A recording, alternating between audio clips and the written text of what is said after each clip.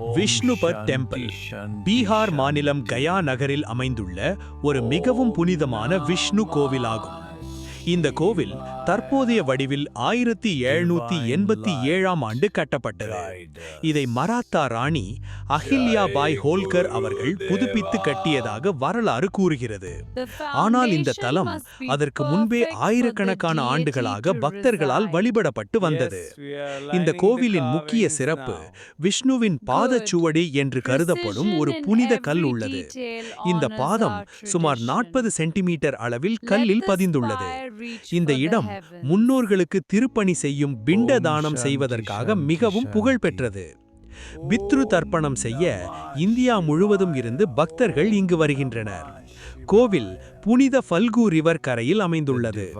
இந்த தலம் ஆன்மீக முக்கியத்துவம் மிகுந்ததாகவும் மறைந்த முன்னோர்களின் ஆத்மா சாந்தி அடைய உதவும் இடமாகவும்